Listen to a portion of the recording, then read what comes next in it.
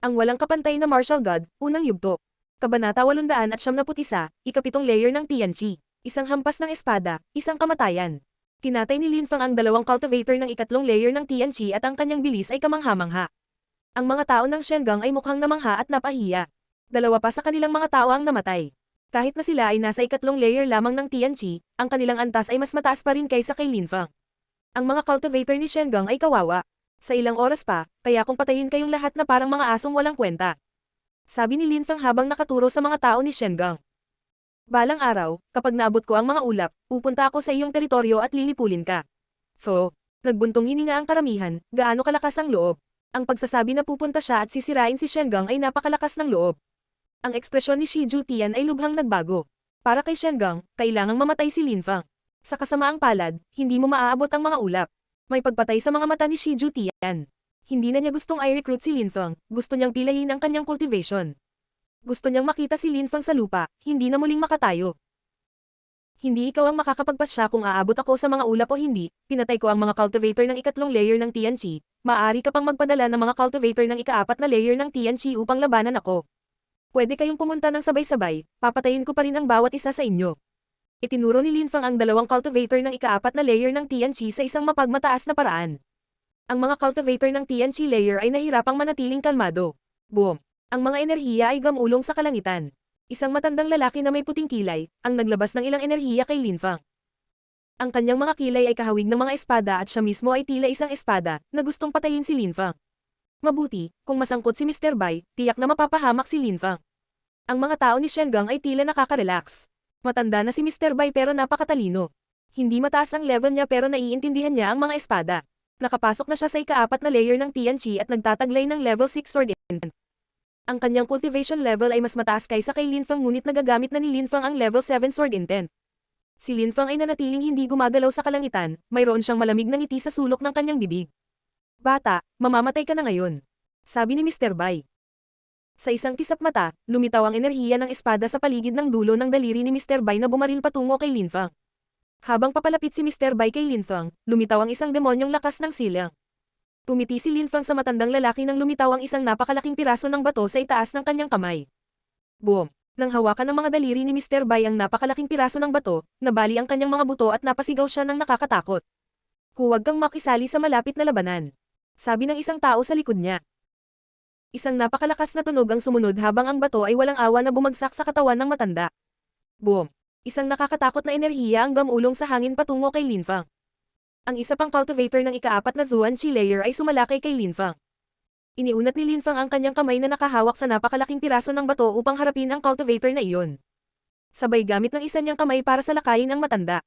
Sa pagkakataong ito, isang banayad na tunog ang kumalat sa hangin, na para bang may natusok na karayom sa dibdib ng matanda. Gayunpaman, ang tunog na iyon ay natakpen ng mga tunog ng bato na umaatake sa isa pang cultivator. Matanda ka na kaya hindi kita papatayin. Sabi ni Lin Fang, pinalipad ang matandang lalaki. Bumalik ang bato sa mga kamay ni Lin Fang at sumigaw ang isang tao sa kanyang harapan. Ang yabang na bata. Naglakas loob kang gumamit ng mahahalagang bagay. Mayabang. Mas malakas siya sa akin ng 3 antas, bakit hindi ako gumamit ng mga mamahaling bagay? Ano ang dapat kong sabihin tungkol sa isang grupo ng mga tao ni Shengang na darating upang salakayin ako? Napakahina mong duwag. Sigaw ni Lin Fang pabalik. Invisible Hand of Destruction. Galit na sigaw ng taong iyon. Sa isang iglap, lumitaw ang isang dambuhalang kamay at lumipad sa himpapawid. Ginamit ni Lin Fang ang kanyang bato habang ang malalaking alon ng enerhiya ay gamulong sa hangin at bumagsak sa nakakatakot na kamay na iyon. Nawala agad ang lahat. Isang bato ng demonyong selyo, nakakagulat na kayamanan. Pumunta ka at hulihin siya. Ang mahabang manggas ni Shi Jutian ay lumipad sa hangin. Wala na siyang pakialam sa dangal ni Shengang, gusto lang niyang hulihin si Lin Fang. Mamatay. Malamig na sabi ni Lin Fang. Ang 7 Snow Eagles ay naglabas ng nakakatakot na dami ng hayop na chi. Gumalaw ang mga kamay ni Lin Fang at pinakawalan niya ang kanyang mga Tian level beast mula sa kanyang animal tower. Ang mga ulap ng hayop na chi ay gamulong sa hangin. Nanginginig ang mga tao sa lupa. Napakalaking halaga ng hayop na chi. Ang lahat ng mga hayop na iyon ay mga hayop sa antas ng Tian. Ruar. Ginamit ni Lin Fang ang kanyang Demon Seal Stone para itulak ang cultivator ng ikaapat na Zuan-Chi layer sa harap ng bear. Ang oso ay umungal at madaling dinurog ang cultivator. How fierce! Nadurunch ng buhay ang Tian level cultivator. Ang West Shengang ay mayroong 12 cultivator ng layer ng Tianqi at si Lin Fang ay mayroong 12 mga hayop na antas ng Tian. Ang kanilang labanan ay nagpayanag sa lupa at langit, ang kapaligiran ay tila nawasak, at ang mga nakakatakot na enerhiya ay gumugulong. Isang gininto ang kamay ang lumitaw sa harap ni Lin Fang at may sapat na lakas upang madaling durugon si Lin Fang. Tinitigan ni Lin Fang ang kanyang kalaban. Ang taong may gintong kamay na iyon ay isang cultivator ng ikapitong layer ng Tianqi. Kahit na maraming paraan si Lin Fang para patayin ang kanyang mga kalaban, hindi niya nakayanan ang gayong makapangyarihang mga cultivator. Ang lakas ng Demon Silang ay lumabas mula sa demonyong seal na bato, ang karakter na sila ay kumikislap. Boom boom boom. Bumagsak ang kamay sa bato. Namanhid ang kamay ni Lin Fang, tila ang bato lamang ay hindi sapat para harangin ang pag-atake.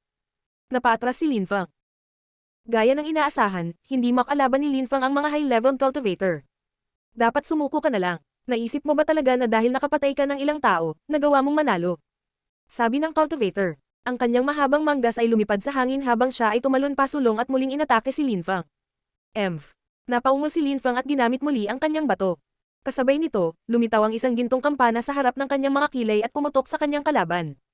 Pag-atake ng makajos, nakalayan. Ang cultivator na may gininto ang mga kamay ay lubos na nagulat. Kahanga-hanga ang cultivation ni Lin Fang. Hindi lamang siya nakalusot sa unang layer ng Tianqi, ngunit magagamit na niya ang makajos na pag-atake ng kamalayan. Malapit ka nang magdulot ng iyong sariling pagkawasak. Sabi ng Golden Hand Cultivator. Muli niyang inatake ang bato. Kasabay nito, lumitaw ang isang makajos na kamalayan na gininto ang espada. Gayunpaman, ang Golden Hand Cultivator ay tumingin kay Lin Fang at nakita na siya ay nakangiti sa isang makahayop na paraan, kaya binawi niya ang kanyang kamalayan. Halos sabay-sabay na lumingon ang Golden Hand Cultivator at nakita niya ang isang espadang nakalusot sa kanyang likuran. Subukan at manggahas. Naglabas ang Golden Hand Cultivator ng hindi kapanipaniwalang dami ng chi at naglunsad ng hand attack. Isang gintong liwanag ang lumitaw sa pagitan ng kanyang mga kilay at nalunod sa kanyang balat sa pagitan ng kanyang mga kilay. Nanginginig siya, gusto niyang alisin ang kamalayan ni Lin Fang ngunit huli na ang lahat. Ang makajos na kamalayan na iyon ay lubhang mapanganib. Ang makajos na espada ng kamalayan ay naalala ngunit si Lin Fang ay tumatakbo patungo sa kanya ngayon. Ang espada ni Lin Fang ay biglang bumagsak sa pagitan ng kanyang mga kilay na marahas na dumurog sa kanya. Ang walang kapantay na martial god, unang yugto. Kabanata 872, hinubad ang espada ng demonyo. Ruar. Marahas na umungal ang Golden Hand Cultivator, mukhang mabangis ang ekspresyon ng mukha nito. Isang nakakatakot na makajos na kamalayan na espada ang patungo kay Lin Fang ngunit ginamit ni Lin Fang ang kanyang Xiaoyao agility technique at ang kanyang Demon Seal Stone. Boom! Ang makajos na kamalayan at ang bato ay nagbanggaan nang lumitaw ang isang nakakatakot na gintong liwanag. Ang makajos na kamalayan ay halos hindi nakikita ngunit sa parehong oras, ang mga bagong gintong ilaw ay lumitaw sa pagitan ng mga kilay ng Golden Hand Cultivator. Evil Spirit, Arg. Napasigaw ang cultivator nang makita niya ang maliit na gintong espiritu. Dumudugo ang kanyang noo, ngunit talagang gusto niyang hulihin si Lin Fang. Bigla siyang tumigil sa paggalaw sa gitna ng langit. Nakatitig siya kay Lin Fang nang may sukdulang puot habang ang isang patak ng dugo ay nahulog mula sa kanyang noo at bigla siyang namatay. Tinawag ni Lin Fang ang kanyang espiritu pabalik at sinulyapan ang cultivator na may gininto ang manggas. Gaya ng inaasahan, hindi niya kayang labanan ng isang cultivator ng ikapitong layer ng chi. Sa simula pa lang ay ginamit na niya ang masamang espiritu para kontrolin ang matanda. Kahit na hindi niya makontrol ang kanyang lakas, magagamit niya man lang ito para pigilan siya ng Tian level cultivator na patayin siya. Pagkatapos noon, pinabalik ni Lin Fang ang kanyang makajos na kamalayan at pinatay ang kanyang kalaban. Tumingin si Lin Fang sa kanyang mga mata ng kalaban at halos makita ang galit sa kanila. Si Lin Fang, isang cultivator ng unang layer ng Tianqi ay pinatay siya sa tulong ng kanyang masamang espiritu. Isang ipoy-po ang nagsimula sa paligid ni Shi Ju Tian at pinrotektahan siya. Ang mga cultivator ng ikatlo at ikaapat na layer ng Tianqi ay namatay. Kahit na hindi siya natutuwa dito, hindi niya masyadong pinapansin. Gayunpaman, nagalit siya nang makita ang mga bangkay. Nagpadala ang West Shengang ng mga tao upang hulihin si Lin Fang at sa huli, kahit isang cultivator ng ikapitong layer ng Tianqi ay hindi sapat. Anong kahihiyan, kung malaman iyon ng ibang tao sa Shengang, mawawalan siya ng mukha. Maging ang iba na nakipaglaban sa mga hayop na antas ng Tian ay hindi nakalaban ni isang pag-atake. Ang mga hayop na iyon ay napakalakas, sila ay hindi bababa sa antas ng apat na antas ng mga hayop sa Tian. Walang pagkakataon si Shengang. I swear, pagkatapos ka naming hulihin at pahirapan, papatayin kita sa isang trahedya na paraan. Binyantaan ni Shi Ju Tian si Lin Fang. Medyo confident ka pa rin. Sabi ni Lin Fang habang malamig na nakangiti. Kung hindi ka natatakot na mawalan ng malay at magpasya kang maging demonyo muli, tutulungan kitang patayin ng iyong pamilya at mga kaibigan, silang lahat, ng sunod-sunod. Papatayin mo sila gamit ang iyong sariling mga kamay. Sabi ni Shi Ju Tian habang malamig na nakangiti. Nalaman niya ang tungkol sa demonyong espada ni Lin Fang mula pa noong nakaraan. Alam din niya na kapag ginamit ito ni Lin Feng, hindi niya matukoy ang mga kaibigan mula sa mga kaaway, na pinapatay ang sinuman sa kanyang harapan. Lumiit ang mga balintataw ni Lin Feng. Ang mga tao ni Shen Gang ay napakalakas ngunit sila ay walang kahihiyan. Sa mundo ng malalakas na cultivator, kung minsan, walang mga prinsipyo. Si Bei Ming ng North Shen Gang pati na ang isa pang pinuno ng Shen Gang ay nawala. Parang ngayon, mawawala din ang isa pang pinuno kasama ang maraming malalakas na cultivator. Sabi ni Lin Feng habang nakatitig pabalik kay Shi Jutian. Parang mayabang siya gaya ng dati. Kakaiba, si Lin Feng ay tila may kumpiyansa na talunin si Jutian. Lumiit ang mga balintataw ni Shi Jutian. Parang naiintriga siya. Paano magiging tiwala si Lin Feng? Tungkol sa pagkawala ng malalakas na cultivator, ang tanging nakakaalam tungkol doon ay si Duan Wuya. Gayunpaman, sinabing sinundan ni Lin Feng si Duan Wuya sa East Sea Dragon Palace at pinatay siya doon. Sa makatuwid, walang nakakaalam tungkol sa mahiwagang pagkawala sa mahiwagang mundo. May sikretong sandata ba si Lin Feng para harapin siya? Kung hindi, bakit magiging tiwala si Lin Feng? Hindi lamang hindi natatakot si Lin Feng ngunit hinihimok niya itong lumaban. Matapos pag-isipang mabuti ang mga bagay na iyon, hindi napigilan ni Shi Jutian na suriin muli si Lin Feng. Pakiramdam niya ay kailangan pa niyang maging mapagmatsyag. Ilang sandali bago, ang cultivator na may gininto ang damit ay namatay ni Lin Feng dahil sa kapabayaan. Si Jutian, bilang isang pinuno, ay may magagandang plano, kaya't ang pagkamatay ay isang awa. Walang tigil ang mga dagandong habang naglalaban ang mga hayop at cultivator sa antas ng tiyan. Napakaraming taong nag-aaway kaya nagdilim ang langit. Ang mga hayop sa antas ng tiyan ay may matatag na kalamangan na pumatay ng dalawang cultivator ng layer ng Tianqi. Sina Shi Jutian at Lin Feng ay nakatitig sa isa't isa. Sa gitna ng kaguluhan, sila lang ang hindi kumikibo. Medyo natakot si Jutian na si Lin Feng ay maaaring magkaroon ng hindi kapani-paniwalang sandata o kayamanan, marahil ay mayroon siyang mga kayamanan ng Great Emperor. Mamamatay kayong lahat mula sa Shen Gang. Laban sa lahat ng inaasahan, hindi ka man lang muna umaatake. Sa totoo lang, basura kayong lahat. Isang pinuno, ikaw. Hindi mo man lang ako lalabanan, isang cultivator ng unang layer ng Tianqi. Pag nakita yan ng ibang tao, tatawa sila. Mapanuksong sabi ni Lin Feng. Nanatiling kalmado si Jutian. Sa simula pa lang, pinahiya at ininsulto mo na kami, pinapatay mo pa kami. Ano ang motibo mo? Tanong ni Shi Jutian. Tumawa lang si Lin Feng. Isang pinuno na natatakot na umatake, ako, si Lin Feng, ay pinarangalan. Tumingin si Lin Feng sa labanan sa pagitan ng mga hayop at ng grupo ng may katuwaan. Hindi na siya tumitingin kay Shi Jutian. Gayunpaman, si Jutian ay nanatiling kalmado, hindi nagbago ang kanyang ekspresyon. Ang mga tao sa lupa ay nasiyahan sa labanan. Ang ilang mga tao ay nagbubulungan tungkol sa kung gaano kaganda ang kanilang pinuno, si Lin Feng. Sa ilang mga pangungusap, nagawa niyang takutin ng isang pinuno ng Shen Gang. Isa pang tili ang narinig. Ang isang miyembro ng Shen Gang ay pinutol ng isang snow eagle. Ang mga hayop sa antas ng tiyan ay mabangis at napaka-brutal. Ang mga tao ni Shen Gang ay natakot. Sa bilis na iyon, lahat sila ay mamamatay. Wala na silang pag-asa, lalo na't ang kanilang pinuno ay nakaharap pa rin kay Lin Feng nang walang ginagawa. Nagpadala si West Shen Gang ng isang dosenang cultivator ng Tianqi layer at naisip na sapat na sila para durugan si Lin Feng. Sa huli, napahiya sila. Reader, sinalakay kami. May galit na sumigaw. Kasabay nito, ang isa pang miyembro ng Shen Gang ay nahulog mula sa langit, patay. Pinutol din siya ng dakilang rock. Ang mga mata ni Shi Jutian ay kumikislap sa pagpatay. Para bang naramdaman ni Lin Feng ang mamamatay tao na intensyon, isang bestial aura ang nagsimulang kumikislap sa kanyang katawan. Nagsimulang lumutang ang mga snowflake at naglalaman ang mga ito ng bestial chi. Nagulat si Shi Jutian sa mga snowflake. Dahan-daang itinaas ni Lin Feng ang kanyang mga kamay at nag-condense ng lakas sa kanila. Isang ipoypo ng hayop na purong chi ang damaloy sa kanyang mga kamay at ang mga puting ilaw ay kumikislap sa kanilang paligid. Sa wakas, hindi ka na makakapigil pa. Ang mga mata ni Lin Feng ay tila malamig. Ginalaw niya ang kanyang mga kamay at lumitaw ang isang piraso ng Demon Seal Stone. Iyon ang batong ginamit ni Lin Feng para siliuhan ang kanyang demonyong espada. Sinigawan ni Shi Jutian si Lin Feng. Gusto mo ba talagang gamitin ang iyong demonyong espada? Wala kang pakialam sa pagpatay sa sarili mong tao. Kung hindi ka mamatay, makikita mo, sabi ni Lin Feng. Pagkatapos, galit na galit siyang sumigaw. Lumabas ka, boom boom boom.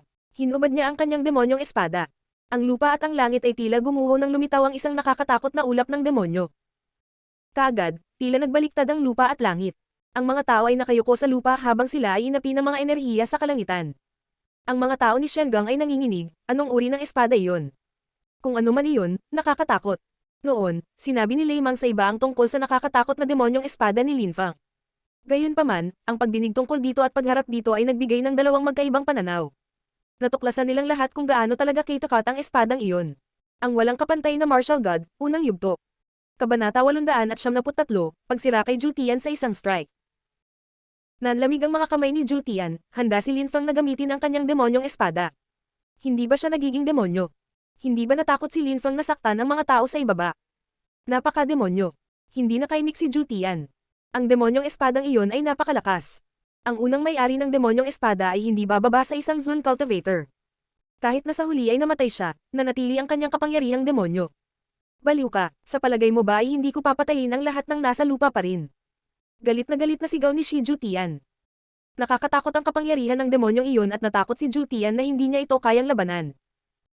Malamig na sinulyapan ni Lin Fang si Zhu Tian na may makahayop na ekspresyon sa kanyang mga mata. Maging ang kanyang bibig ay kahawig ng isang hayop.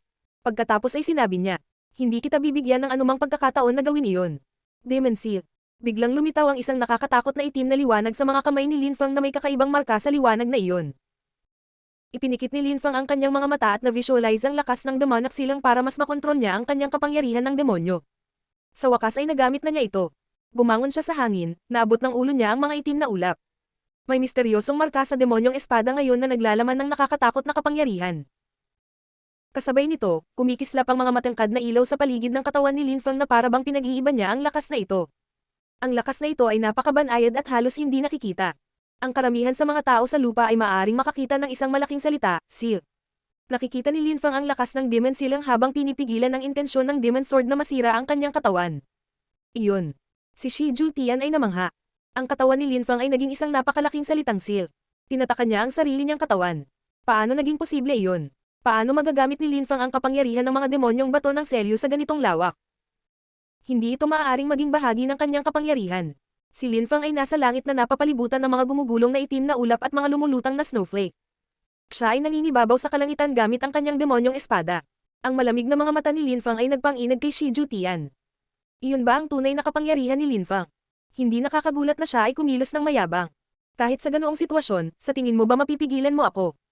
Hindi umatras si Shi Zhu Tian. Tumalon siya at sinundan siya ng ipoypo. Gayunpaman, hindi siya tumatalon sa direksyon ni Lin Fang, lumilipad siya pababa patungo sa karamihan ng tao sa lupa. Gusto niyang patayin ang mga tao ni Lin Fang para ipahiya siya. Ang mga balintataw ni Lin Fang ay malamig pa rin sa yelo. Ginalaw-galaw niya ang kanyang demonyong espada na parang may sinusulat. Tila napakabagal niya sa paggalaw ng kanyang kamay, ngunit kasabay nito ang bawat pag-atake ay nagluwal ng mga nakakabaliw na bagyo. Ang bawat bakas na iniwan ng kanyang espada sa kalangitan ay tila naglalaman ng layunin ng espada. Si Shi Zhu Tian na lumilipad pababa ngunit nakataas ang ulo, tumutulo ang malamig na pawis sa kanyang leeg. Paano ito posible? Isip ni Shi Zhu Tian. Ang mga landas na iniwan ni Lin Fang sa kalangitan ay tila naglalaman ng isang espesyal na enerhiya, ang tunay na lakas ng lupa at langit. Iyon ang mga mahiwagang marka. Kahit na ang isang tulad ni Shi Zhu Tian ay nakarinig lamang ng mga mahiwagang marka. Sila ay mahiwaga, banayad at napakalakas. Nakapasok pa lang si Lin Fang sa unang layer ng Tianqi, na natalo niya sa antas ng kanyang cultivation, ay magiging isang hindi kapanipaniwalang trahedya. Malamang natutunan ni Lin Fang kung paano gamitin ang mga mahiwagang marka sa mahiwagang mundo. Hindi niya maaaring natutunan ang mga ito sa labas ng mundo. Tama si Shi Zhu Tian, ang mga misteryosong markang iyon ay nagmula sa mahiwagang mundo. Noon, mayroong 81 misteryosong marka ng espada sa silid ng espadang iyon. Ang mga mahiwagang marka na ginagamit ni Lin Fang ay ilan sa mga ito. Gumugol siya ng maraming oras sa pag-aaral ng mga ito at nakatuon lamang sa isang partikular na bahagi. Sa wakas, naunawaan niya ang ilan sa mga marka na may kaugnayan sa paraan ng espada. Inihanda ni Lin Fang ang kanyang sarili para sa pakikipaglaban kay Shen Gang. Ang mga ulap ng demonyo ay humahagulgol.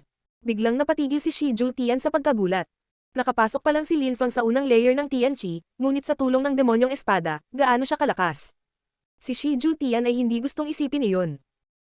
Sa sandaling iyon, ang mga hayop sa antas ng Tian at ang grupo ng mga tao ay tumigil sa pakikipaglaban. Lahat sila ay nakatingin kay Lin Fang. Hindi ba dapat lumabag sa mga alituntunin ng universo ang isang cultivator ng unang layer ng Tianqi na nagtataglay ng gayong kapangyarihan?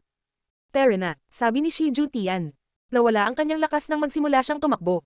Gusto niyang makatakas at bumalik na may dalang mga reinforcements. Tila hindi pinansin ni Lin Fang ang pagtakas ni Shi Zhu Tian, ipinagpatuloy niya ang pagkondense ng lakas ng mga misteryosong marka. Ang mga snowflake ay nahuhulog pa rin sa hangin.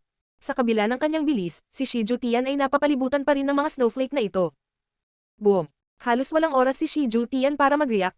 Parang sisabog ang ulo niya, napaungol siya at tumalsik ang dugo sa bibig niya. Anong klaseng kapangyarihan iyon? Sinabi ko na sa iyo na hindi ka magkakaroon ng pagkakataon. Pero nakakapagtaka, dumating ka pa rin. Ngayon ay mananatili ka rito magpakailanman. Sa sandaling iyon, lumitaw ang isang bakas sa likod ni Linfang. Inangat ni Linfang ang kanyang ulo at ang buong kalangitan ay naging puti. Mamatay. Galit na sigaw ni Linfang. Isang tray lang naiwan ng demonyong espada nang lumitaw ang isang napakalaking salita sa kalangitan. Mamatay. Ang salitang iyon ay tila naglalaman ng walang katapusang lakas ng espada. Hindi makatingin ang mga tao dito, sobrang liwanag kaya napilitan silang ipikit ang kanilang mga mata. Ang ekspresyon ng mukha ni Shiju Tian ay nagbago ng husto nang ibukan niya ang kanyang bibig at umuungol. Tumago sa kanyang katawan ang salitang mamatay. Nanatiling nakabuka ang bibig ni Shiju Tian. Sa kanyang katawan, lumitaw ang salitang mamatay at umukit sa kanyang balat. Ang kanyang katawan ay nagsimulang bumagsak habang ang salitang mamatay na iyon ay patuloy na umaatake sa kanyang katawan. Si Shiju Tian ng West Shengang ay patay na at si Linfang, isang cultivator ng unang Tianqi layer, ang pumatay sa kanya. Kinilig ang karamihan, hinugot ni Linfang ang kanyang demonyong espada at pinatay si Shiju Tian sa isang hampas. Walang makakalimutan ang paglipat na iyon, kailanman. Grr. Ang lakas ng Demon Seal ni Linfang ay mabilis na nababawasan. Kahit na tinatakan na niya ang kanyang katawan, hindi ito magiging kasing lakas ng bato ng Demon Seal. Dahil dito, hindi niya napigilan ang espada ng demonyo na masira ang kanyang layunin magpakailanman. Ibinalik niya ang kanyang demonyong espada sa bato ng Demon Seal at nagkalat ang mga ulap. Kumikislap ang mga mata ni Linfang nang mawala ang lakas ng Demon Seal. Ang mga snowflakes ay unti-unting nawala rin. Kahit na nawala ang mga ulap at nyebe, naiisip pa rin ng mga tao na naroon sila. Hindi pa tapos ang labanan sa pagitan ng mga hayop sa antas ng Tian at ng natitirang mga taong Shengang. Pinatay lang ni Linfang si Shiju Tian, may isa pang pinuno at ang kanilang mga cultivator ng Zun. Sinulyapan ni Linfang ang natitirang mga taong Shengang. This time, walang nakatingin sa kanya ng masama. Masyado siyang nakakatakot. Nakapasok lang si Linfang sa unang layer ng Tianqi, ngunit nagawa niyang pumatay ng mga tao sa tuktok ng layer ng Tianqi. Ang mga silhouette ng 7 Snow Eagles ay patuloy na kumikislap. Inutusan sila ni Linfang na lumaban, kaya sumunod sila. Sa totoo lang, hindi nila alam kung anong uri ng kapangyarihan mayroon si Linfang. Hanggang ngayon ay naiintindihan na nila kung gaano katakat ang kanilang master. Si Linfang ay isang young master sa Tianzuan. Sa hinaharap, siya ay magiging isang tunay na pinuno at si Tianzuan lamang ang makikinabang. Ang walang kapantay na martial god, unang yugto. Kabanata 874, pagtatanong sa masasamang espiritu. Kahit na nagkawatak-watak ang nyebe at mga ulap, hindi mapatahimik ang mga tao sa lupa. Noong nakaraan, ang mga tao mula sa Zuyu ay hindi pa nakakita ng mga cultivator ng layer ng Tianqi. Ang nakakakita ng gayong mga labanan, ang hindi kapani-paniwalang kapangyarihan at kasanayan, ay hindi masasabi para sa kanila. Anong uri ng kapangyarihan ang ginamit ni Linfang para isulat ang salitang mamatay gamit ang kanyang demonyong espada? At nang sinubukang tumakas ni Shiju Tian, bakit hindi siya makaalis sa snowstorm? Hindi yun maintindihan ng mga ordinaryong Zuyu. Hindi maintindihan ng mga ordinaryong tao, ngunit kahit ang mga cultivator ng Shengang ng layer ng Tianqi ay hindi maintindihan. Paano magkakaroon ng ganoong kapangyarihan si Linfang? Paano niya mapapatay si Shiju Tian sa isang welga? Bukod sa mga cultivator ng Zun, matatalo kaya ng ibang mga cultivator si Linfang? Hindi nila mahawakan ang kapangyarihan ng espada ng demonyo. Ang mga mahiwagang marka na ginamit ni Linfang ay iniwan ng Jade Emperor, isang napakalakas na cultivator ng Zun. Hindi maisip ng mga cultivator ng Tianqi layer kung gaano siya kalakas. Ang demonyong espada na kasama ng lakas ng mga mahiwagang marka ang tanging paraan para tapusin si Shiju Tian. Naghiwa-hiwalay ang bestial chi ni Linfang at malamig niyang sinulyapan ang natitirang mga taong Shengang. Pagkatapos ay naglabas siya ng isang salita. Mamatay. Ang mga hayop ay umungal at pinatay ang kanilang mga kaaway. Sunod-sunod na bumagsak ang mga bangkay mula sa langit. Sinubukan ng ilang tao na tumakas, ngunit maaari ba silang makatakas mula sa mga hayop sa antas ng Tian? Siyempre hindi, lahat sila ay tiyak na mamamatay. Sinong mag-aakala na mauuwi sa ganoong trahedya ang kanilang kampanya? Si Linfang ay isa lamang nobody, isang cultivator ng unang layer ng Tianqi. Nang ang huling cultivator ng Tianqi layer ay pinatay ng mga Tian level beast, ang mga halimaw na iyon ay nagtipon-tipon, tila ang kanilang bloodlust ay hindi pa rin kumupas. Sila ay mabangis na hayop na mahilig pumatay.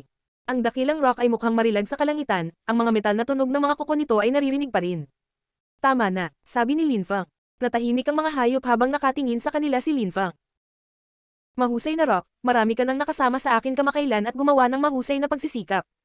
Malaya ka na, hindi na kita ilalagay ulit sa Animal Tower. Gayunpaman, kung sakaling gumawa ka ng isang bagay laban sa akin, ibabalik kita sa loob magpakailanman. Ang dakilang rock ay nag-transform sa isang tao, ang kanyang mga mata ay kumikislap. Salamat sa iyo, Master. Itinuring ng rock si Linfang sa parehong paraan tulad ng mga Snow Eagles. Laking tuwa niya nang hindi na siya makulong sa tore ng hayop. Ang ibang mga hayop ay tumingin sa rock sa isang magalang na paraan. Malaya siya. Magkakaroon din kayong lahat ng mga ganitong pagkakataon. Sabi ni Linfang sa iba pang mga hayop. Pagkatapos ay nakipagkamay si Lin Fang at muling lumitaw ang Animal Tower, ngunit kusang pumasok ang mga hayop dito. Kinailangan nilang ipakita ang pinakamahusay sa kanilang sarili upang maging malaya din balang araw. Ang 7 Snow Eagles ay naging mga tao at nagtipon sa paligid ni Lin Fang. Guro, sa pagkakataong ito ay pinatay namin ang mga tao ni Shen Gang, ngunit kapag nalaman ito ni Shen Gang, darating ang mas malalakas na cultivator. Natatakot ako na magpadala sila ng mga cultivator ng Zun. Hindi ba dapat bumalik tayo sa Tianqi? Sabi ng isang Snow Eagle. Si Lin Fang ay isang hindi kapani-paniwalang cultivator, ngunit nag-aalala pa rin sila sa kanya. Kinailangan ni Lin Fang ng oras upang maging mas malakas at hindi dapat makipagsapalaran. Magtatagal bago ma-realize ni Shen Gang na hindi na babalik ang grupo. Maghintay pa tayo ng ilang araw at pag-iisipan ko kung ano ang magagawa natin. Sagot ni Lin Fang. Ang mga alalahanin ng Snow Eagle ay hindi walang batayan. Sa pagkawala ng West Shengang, mayroon na lamang isang distrito ng Shengang na natitira. Tiyak na magpapadala sila ng isang Zone Cultivator para harapin si Lin Fang at hindi magiging sapat ang Demon Sword noon. Kahit na selyado na niya ito, mayroon pa rin itong corrosive power. Ang bato ng demonyong selyo ay hindi ganap na may tatatak ang layunin ng demonyo nito, kaya kung ipagpapatuloy niya ito, gagawin siyang demonyo ng espada ng demonyo. Hindi kayang kunin ni Lin Fang ang panganib na iyon, ngunit wala siyang maraming solusyon. Walang makakapag-usap tungkol sa nangyari ngayon, maaaring mapanganib sa ating lahat. Nakita mo kung gaano kadelikado si Shengang kaya huwag kang mag-ingat. Malakas na sabi ni Lin Fang upang marinig ng lahat. Tumanggo ang lahat bilang pagsang-ayon. Lin Fang ang kanyang manggas at umalis patungo sa mga gusali ng pamahalaan. Maraming tao sa palasyo ang nakakita ng malaking labanan at humanga sila. Xiaoya. Tinawag ni Lin Fang si Xiaoya na nasa tabi ng lawa. Kuya, napakagaling mo, sabi ni Xiaoya na may matamis na ngiti. Xiaoya, noong nasa panganib ako sa labas, nakita ko ang lolo mo. Iniligtas niya ako. Nalaman ko na siya ay hindi kapani-paniwalang malakas. Ang pagsunod sa kanya, malamang na nakakita ka ng hindi kapani-paniwalang mga bagay, kaya may ipapakita ako sa iyo. Napangiti si Xiaoya, alam niyang nag-iwan ng proteksyon ang kanyang lolo para kay Lin Fang at para rin sa kanya. Kung nahaharap siya sa mga panganib, maaari itong maging kapaki-pakinabang para sa kanya kahit na hindi niya magagamit ang proteksyong iyon sa kanyang sarili. Kinamayan ni Lin Fang ang isang maliit na lalaki na lumitaw sa kanyang harapan. Isang masamang espiritu iyon. Nagulat si Xiaoya. Hindi niya akalain na si Lin Fang ay magpapakita sa kanya ng masamang espiritu. Ito ay maaaring minsan ay isang napakalakas na cultivator na hindi maaaring mamatay. Talaga. Ito ay isang masamang espiritu na maaaring kumain ng makajos na kamalayan ng mga tao at gawin itong isang katawan. Sabi ni Lin Fang na tumatango. Tumanggo din si Xiaoya. May isang napakalakas na pamamaraan na tinatawag na body capture. Kapag ang isang cultivator na nakauunawa sa makajos na kamalayan ay nasugatan sa pisikal at nagsanay ng pamamaraan ng pagkuha ng katawan, maaari nilang nakawin ang mga katawan ng ibang tao. Kapareho ito ng kapangyarihan ng masamang espiritu. Body capture. Ang mga mata ni Lin Fang ay kumikinang. Tinanong niya ang masamang espiritu. Kung gagamit ka ng katawan ng iba, magagawa mo bang magbago? Iba ba ang kapangyarihan mo sa body capture technique? Siyempre hindi sila pareho. Nagnanakaw tayo ng mga katawan at maaalis agad ang ibang makajos na kamalayan, ngunit hindi kumpleto ang paraan ng pagkontrol natin sa mga katawan. Sa makatuwid, kailangan nating ubusin ang makajos na kamalayan ng dahan-dahan. Iba ang body capture technique kasi mas powerful. Mapapawi mo kaagad ang makajos na kamalayan kapag ginamit mo ito. At pagkatapos ay maaari mong dahan-daang masira ang katawan ng tao. Kung pipiliin ng masasamang espiritu na salakayin ng isang katawan gamit ang unang paraan, kailangan nilang magpalit ng katawan sa lahat ng oras. Kung gagamitin nila ang pangalawang paraan o ang body capture technique, hindi na nila kailangang baguhin pa. Ang walang kapantay na martial god, unang yugto. Kabanata 875, Spirit Sealing Technique. Tumanggo si Lin Fang. Ayon sa masamang espiritu, kinakain nila ang mga katawan o maaaring magnakaw ng katawan gamit ang body capture technique. Siyempre, ang lakas ng makajos na kamalayan ay kailangang mas mababa kaysa sa umaataking cultivator. Kapag ang isang napakalakas na cultivator ay namatay, ang kanilang kaluluwa ay nananatili, upang sila ay muling bumangon. Para magawa iyon, kailangan nilang maghanap ng katawan. Kapag ang kaluluwa ay naging sapat na muli, maaari silang magnakaw ng isang katawan, tama ba? Tanong ni Lin Fang. Siyempre, pero hindi lang ito ang senaryo. Kung ang isang ordinaryong tao ay gumagamit ng body capture technique, kapag sila ay naging sapat na, gugustuhin nila ang isang mas mahusay na katawan upang madagdagan ang kanilang sariling lakas. Kung may kakilala ako na gusto kong gamitin ang body capture technique ngunit ayaw kong sirain ang kanilang makajos na kamalayan, posible ba iyon? Tanong ni Lin Fang. Mukhang nagulat ang maliit na tao at tinitigan si Lin Fang. Tumingin si Lin Fang kay Xiaoya. Sinundan niya ang kanyang lolo sa maraming lugar at marami na siyang nakita at nalaman. Xiaoya, mayroon bang anumang gamot na maaaring magpapahintulot sa mga ganoong bagay? Tanong ni Lin Fang. Kuya, may pangalan ang sinasabi mo, ito ang spirit sealing technique.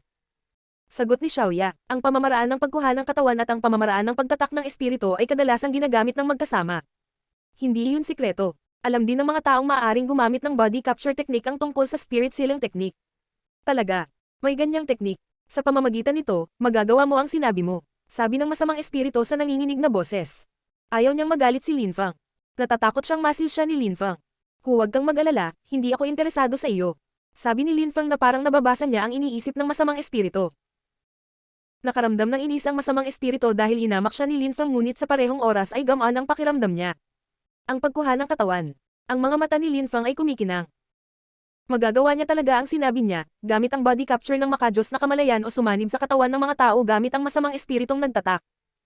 Ang spirit sealing technique ay isang uri ng deployment technique ngunit ang pagsasanay sa ganoong uri ng technique ay napakahirap.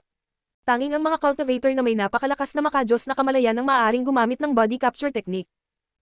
Sa sandaling ang cultivator ay sumanib sa katawan, ang kanilang kaluluwa ay maaaring mamatay kung sila ay hindi sapat na malakas. Dapat kang maging isang zone cultivator para magamit ang body capture technique. Sa makatuwid, bihirang matutunan ng mga cultivator ang pamamaraan dahil hindi ito kailangan ng mga cultivator ng zone. Sabi ni Xiaoya, natuwa si Linfang na marinig ang ganoong impormasyon at patuloy na tumatangop. Kuya, gusto mo bang matutunan ng sealing technique?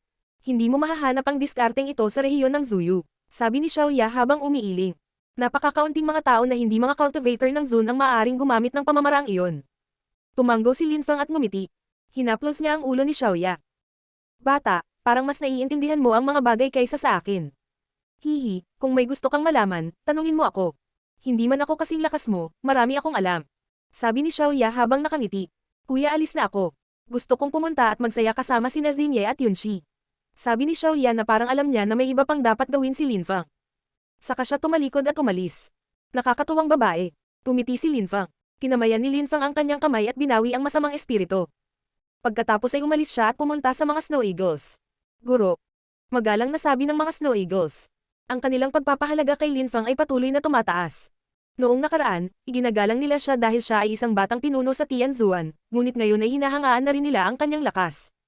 Mga kapatid, maaari mo bang kontaken si Tianchi? Tanong ni Linfang habang binubuksan ang pinto at nakatingin sa mga bundok. Lumiit ang mga balintataw ng Snow Eagles, kumikislap ang kanilang mga mata habang nanatiling tahimik. Napangiti si Linfang nang makita ang kanilang reaksyon at sinabing, mukhang tama ako, maaari mong kontaken si Tianchi, di ba? Master, kaya namin pero kung may totoong panganib. Ayokong sayangin mo ang pagkakataong iyon kaya pag-isipan mong mabuti. Sabi ng isa sa mga Snow Eagles. Si Linfang ay isang pinuno sa Tianzuan kaya kinailangan ni Tianchi na protektahan si Linfang. Kailangan kong makipag-ugnayan kay Tianchi ngayon. Seryosong sabi ni Linfang. Master, may gustong sabihin ng isa sa mga Snow Eagles ngunit agad siyang pinutol ni Linfang. Sa ngayon ay nangangahulugan ka agad. Napakahalaga, kailangan kong makipag-ugnayan kay Tianchi ngayon din. Nagkatinginan ng 7 Snow Eagles at sa wakas ay tumanggo. Sige, magtatatag kami ng portal ng komunikasyon. Ang mga Snow Eagles ay nakaposisyon sa iba't ibang posisyon tulad ng isang 7 bituin na konstelasyon. Sa gitna, lumitaw ang isang sinaunang portal. Magkahawak kamay ang mga Snow Eagles at damaloy ang Bestial Chi sa kapaligiran. Kasabay nito, ang portal ay nagiging mas at higit na naiiban na may mga mahiwagang marka na lumilitaw dito. Krr. Krr. Lumitaw ang mga gintong marka. Ginamit ng 7 Snow Eagles ang kanilang makajos na kamalayan upang paikliin ang portal. Tila 7 bituin ang lumilitaw at isang misteryosong lakas ang sumilay mula sa portal. Ang makajos na kamalayan ay nagiging isang portal. Sigaw ng 7 Snow Eagles. Nagsanib ang kanilang lakas at lumitaw ang isang guhit. Isang matandang lalaki ang lumitaw sa portal na iyon, halos tatabi niya si Linfang. Ang taong iyon ay ang pinuno ng Tianzuan, ang cultivator ng Snow Zone. Linfang, may nangyari ba? Nakakatakot na lakas ang naisip ni Linfang. Nakapikit ang mga mata ng mga Snow Eagles at tila nagsusumikap sila. Guro, gusto kong magsanay ng spirit sealing technique, mayroon ka ba nito? Tanong ni Linfang. Nakatagpo ka ng isang cultivator na maaaring gumamit ng body capture. Nagulat ang matanda. Nang marinig ang tungkol sa spirit sealing technique, agad niyang naisip ang body capture technique. Maaari naming ilagay ito sa paraang iyon, kaya ngayon kailangan ko ang pamamaraan ng spirit sealing. Sabi ni Linfang na tumatango. Hindi ko pa na-practice. Pero tahan na, sabi ng matanda. Pagkatapos ay nawala siya sa portal at sa halip ay lumitaw ang isang manyab na bundok. Naghintay si Linfang, ngunit hindi masyadong nagtagal. Sa halip ay lumitaw ang isa pang matandang lalaki. Umalis ang kanyang guro at tinanong ang pinuno ng Tianchi na pumunta sa halip. Mr. Tianji, Linfang, huwag kang magsalita. Sabi ni Mr. Tianji nang makita niyang magsasalita na si Linfang. Binuksan ng 7 Snow Eagles ang portal at mahirap para sa kanila, hindi na sila makahawak ng mas matagal. Ipapadala ko sa iyo ang spirit sealing technique, pansinin mo. Ibinuko ng matanda ang kanyang mga kamay at nagsimulang gumuhit sa hangin. Ang bawat stroke ay naglalaman ng hindi kapanipaniwalang dami ng lakas. Ang mga iyon ay hindi misteryosong mga marka ngunit ang lakas ng diskarte sa pag-deploy. Kasabay nito, ang kanyang boses ay patuloy na dumadaloy sa utak ni Linfang. Lumipat si Linfang sa study mode at nakinig ng mabuti at mahinahon. Isinaaktibo niya ang kanyang pagsasanib ng tao at lupa. Maingat niyang pinagmamasdan ang mga galaw ng matanda at masikap niyang pinag-aralan ang mga hagod.